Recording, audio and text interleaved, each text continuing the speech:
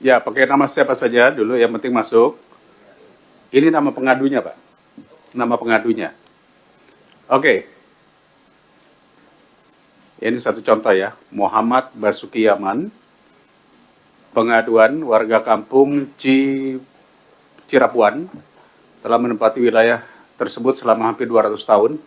Bener nih. Oh, pada masa kolonial. Nama kampung Cirapuhan diubah menjadi Dago Elos. Oh, di Bandung nih. Dago Elos. Untuk mengubah riwayat sejarah tanah. Sejak 40 tahun terakhir, mafia tanah dengan intimidasi dan manipulasi dokumen mulai mengklaim warga. 3 oknum atas nama masyarakat adat setempat menguatkan klaim palsu atas tanah tersebut. 4 hak warga atas tanah dipersulit, termasuk pemeriksaan ulang terhadap sertifikat resmi yang dimiliki warga. Beberapa pihak telah menerima rekomendasi hak atas tanah yang tidak sesuai dengan bukti kepemilikan yang sah. Status proses. Oke, tindak lanjutnya apa? Proses kasasi di Mahkamah Agung dengan menunggu putusan pengadilan yang berkekuatan hukum tetap. Lalu, apa upaya yang dilakukan kanwilnya dan kantahnya? Ada? Belum ada. Nah, begini. Kalau ini tidak ada, ini baru laporan namanya. Follow up-nya, ini yang kami inginkan, apa yang dilakukan oleh BPN setempat. Apakah kanwil? Kalau ini kan saya tahu kanwil Jawa Barat. Kantahnya berarti kantor tanah Kota Bandung. Itu mesti ada tulisannya itu, harus ada pelaporannya. Ya. Jadi jangan sampai nanti dashboard ini hanya sekedar tindak lanjut saat ini sudah berada di katakanlah kepolisian atau di pengadilan. Kita ingin tahu apa yang dilakukan.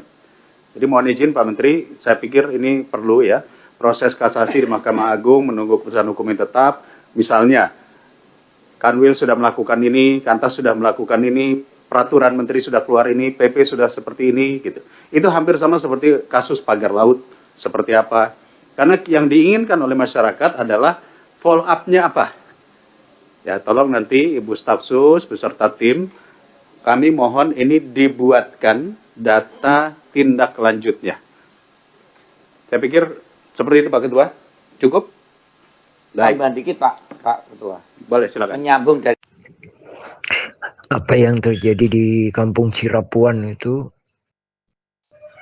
intimidasi dan penghalang-halangan hak sejak 1980-an. Nah, ini juga dipicu diperparah oleh jaringan mafia tanah ini.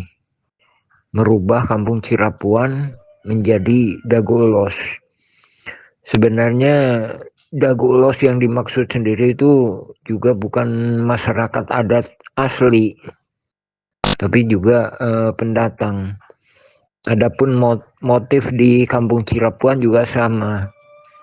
Jadi sebagian besar pendatang yang memanipulasi data. Jadi pendatang yang ada kerjasama dengan masyarakat adat malah dihalang-halangi. Nah, kita juga berusaha untuk menjembatani ini semuanya. Jadi kita juga membantu membuatkan surat-surat atau riwayatnya untuk lahan-lahan yang dikuasai oleh pendatang ini, dengan salah satu syaratnya tidak bergabung dengan jaringan mafia tanah yang menguasai lahan-lahan fasilitas umum dan berusaha memanipulasi lahan-lahan warga lainnya atau masyarakat adat. Nah, jadi dalam konflik Dagolos ini lebih banyak dipicu oleh masyarakat pendatang yang udah diberi tanah di belakang terminal, di belakang kantor pos, dan juga di area sekitar kampung Cirapuan. Namun karena keserakahan ini ada modus-modus yang mana diskenarikan saling gugat, dan ini didukung juga oleh segelintir orang masyarakat adat atau menantunya. Jadi konflik Dago Elos itu cenderung pada kolusi mafia tanah saling gugat, bukan murni gugatan Muller, tapi antara pihak tergugat maupun penggugat itu kerjasama.